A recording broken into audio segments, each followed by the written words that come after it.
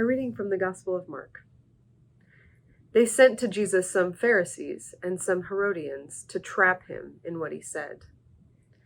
They came and said to him, "Teacher, we know that you are sincere and show deference to no one, for you do not regard people with partiality, but teach the way of God in accordance with truth. Is it lawful to pay taxes to the emperor or not? Should we pay them or should we not?" But knowing their hypocrisy, he said to them, "Why are you putting me to the test? Bring me a denarius and let me see it." And they brought one. Then he said to them, "Whose head is this? Whose title?" They answered, "The emperor's." Jesus said to them, "Give to the emperor the things that are the emperor's, and to God the things that are God's." And they were utterly amazed at him. This is probably a pretty common passage to most of you. We've heard this a lot, and we've heard it used in a lot of different ways throughout history and presently.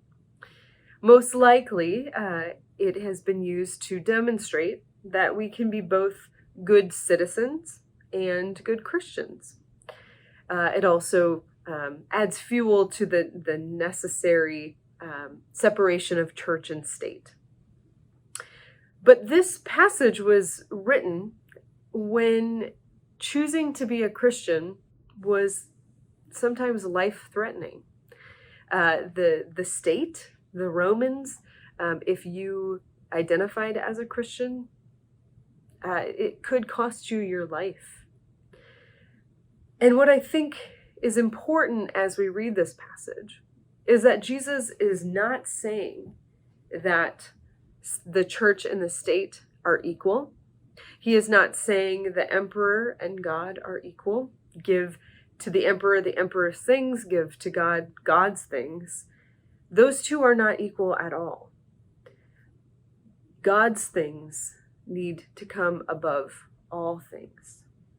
God, our belief, our faith, everything that we know to be true comes before the state.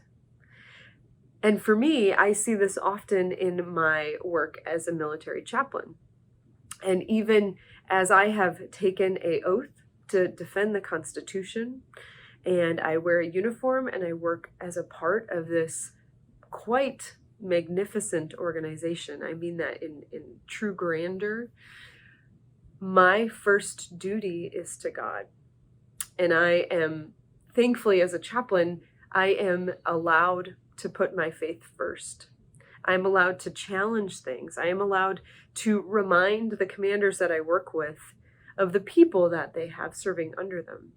And I am reminding my soldiers that they too are human, that they matter. It is a really great example where I am both doing a civic duty and I'm also living out a vocation of ministry, of God's call on my life. But God's call always comes first. Whether it's for me as a military chaplain or for you as an engaged citizen, remember that God's call always needs to come first. Amen.